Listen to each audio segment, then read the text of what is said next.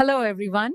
Today, we are going to discuss Semester 1 Basic Science Courses, BAO Chemistry I. Thank you, Professor Nikita. This subject is the backbone of basic science courses and helps students connect theory with real-world. Periodic table মানে কিন্তু শুধু এলিমেন্টের একটা list নয়, আসলে এটা একটা map যার ভেতরে একটা সিক্রেট কোড লুকোনো আছে। আর এই কোডটাই আমাদের বলে দেয় যে এই বিশ্ব ব্রহ্মাণ্ডের প্রত্যেকটা জিনিস কেন ঠিক সেভাবেই আচরণ করে। চলুন আজ সেই কোডটাকেই ভাঙা যাক। কখনো ভেবে দেখেছেন প্রত্যেকটা মৌলেরও কিন্তু একটা নিজস্ব চরিত্র আছে, ঠিক আমাদের মতো। কেউ খুব শান্ত তো কেউ ভীষণ রিয়াক্টিভ, আর পিরিয়ডিক টেবিল হলো সেই চরিত্রের আসল রহস্যের চাবিকাঠি। তো চলুন আজ একসাথে মৌলদের এই দুনিয়ার কোডটা সলভ করা যাক। আমাদের আজকের যাত্রায় কি থাকছে? প্রথমে আমরা জানব কিছু প্রধান নিয়ম, মানে কোর রুলস। তারপর দেখব মৌলদের সাইজ কেমন হয়।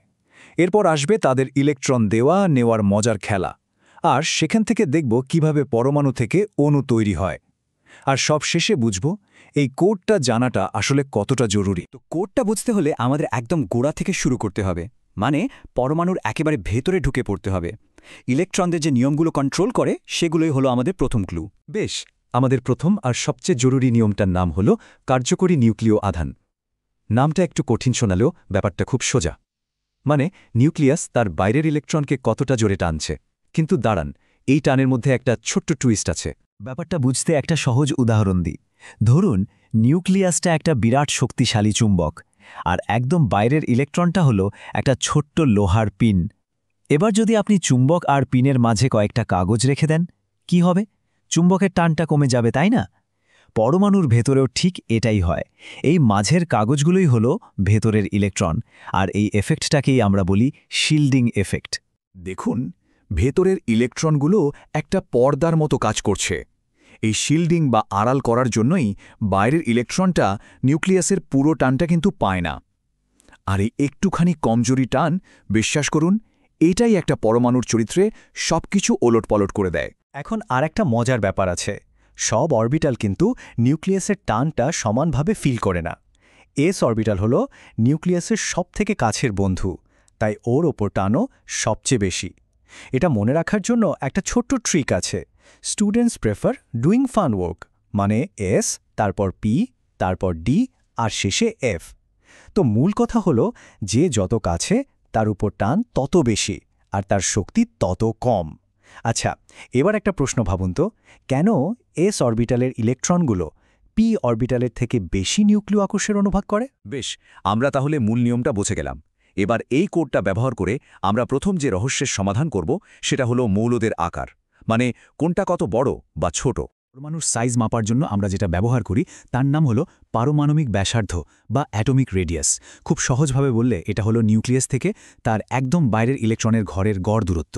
এটাই হলো একটা মৌলের চরিত্র বোঝার প্রথম ধাপ। ব্যাপারটা বুঝতে চলুন একটা চেনা ছবি ভাবি। ধরুন কলকাতার মেট্রো বা মুম্বাইয়ের লোকাল ট্রেনের একটা ভিড় কামরা। যত বেশি লোক ওঠে, মানে প্রোটন, সবাই কি করে? নিজের ব্যাগপত্র মানে ইলেকট্রন আরও কাছে টেনে নেয়, তাই না? যাতে একটু জায়গা হয়। ফলে কি হয়?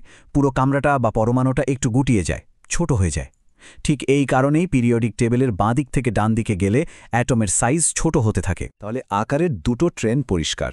এক, যখন আমরা পিরিয়ড বরাবর বাঁ দিক থেকে ডান দিকে যাই, নিউক্লিয়াসের চার্জ বাড়ে, ইলেকট্রনের ওপর টান বাড়ে, আর সাইজ ছোট হয়ে যায়। আর দুই, যখন আমরা গ্রুপের ওপর থেকে নিচে নামি, তখন একটা করে নতুন শেল যোগ হয়, ঠিক পেঁয়াজের খোসার মতো, আর তাই সাইজও বাড়তে থাকে। তো সবটা যদি বোঝা গিয়ে থাকে তাহলে এই প্রশ্নটার উত্তর দেওয়ার চেষ্টা করুন তো। সোডিয়াম আর ক্লোরিন দুটোই তো একই পিরিয়ডে আছে, তাহলে সোডিয়ামের সাইজ ক্লোরিনের থেকে বড় কেন? আকার তো বোঝা গেল, কিন্তু পরমাণুরা তো একা একা থাকে না, তাই না? ওরা একে অপরের সাথে লেনদেন করে। এবার আমরা সেই দেওয়া নেওয়ার খেলাটাই দেখব, মানে ইলেকট্রনের লেনদেন। কেমিস্ট্রির আসল মজা কিন্তু এখানেই। এই লেনদেনের বাজারে তিনটে মেন রুল আছে। প্রথমটা হলো আয়োনাইজেশন এনার্জি, মানে একটা ইলেকট্রনকে বের করে আনতে কতটা দাম দিতে হবে।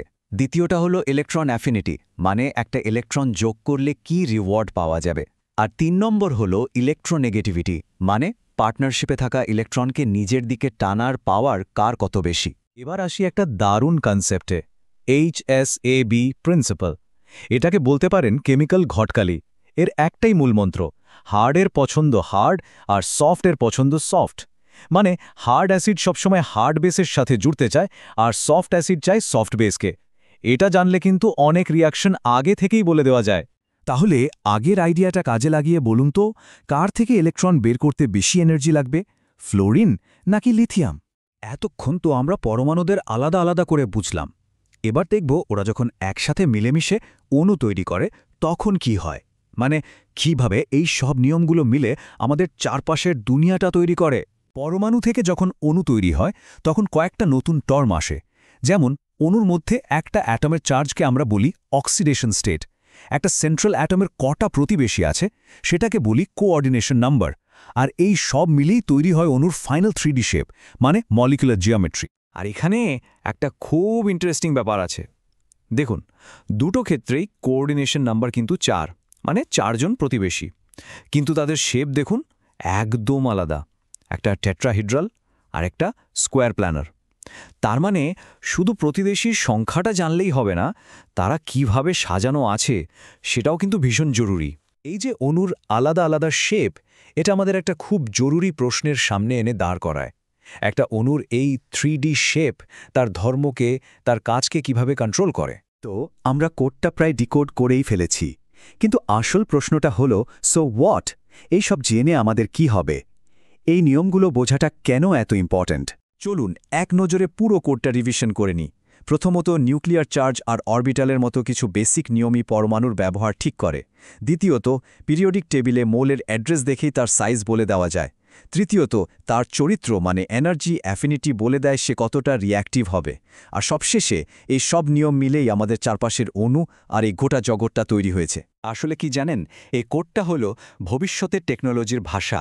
এই ভাষাটা একবার শিখে গেলে আমরা জীবন বাঁচানোর ওষুধ থেকে শুরু করে নেক্সট জেনারেশন ব্যাটারি বা ভবিষ্যতের স্মার্ট মেটেরিয়ালস সবকিছু ডিজাইন করতে পারব। তাই এটা শুধু পরীক্ষার জন্য পড়া নয়, এটা হলো ইনোভেশনের চাবিকাঠি। তো কোডটা এখন আমাদের হাতে। এখন ফাইনাল প্রশ্নটা হলো আপনাদের জন্য। এই কোড ব্যবহার করে আপনারা ভবিষ্যতে কোন নতুন অভাবনীয় জিনিস তৈরি করতে চান? উত্তরটা কিন্তু লুকিয়ে আছে আপনাদের ভাবনার মধ্যেই।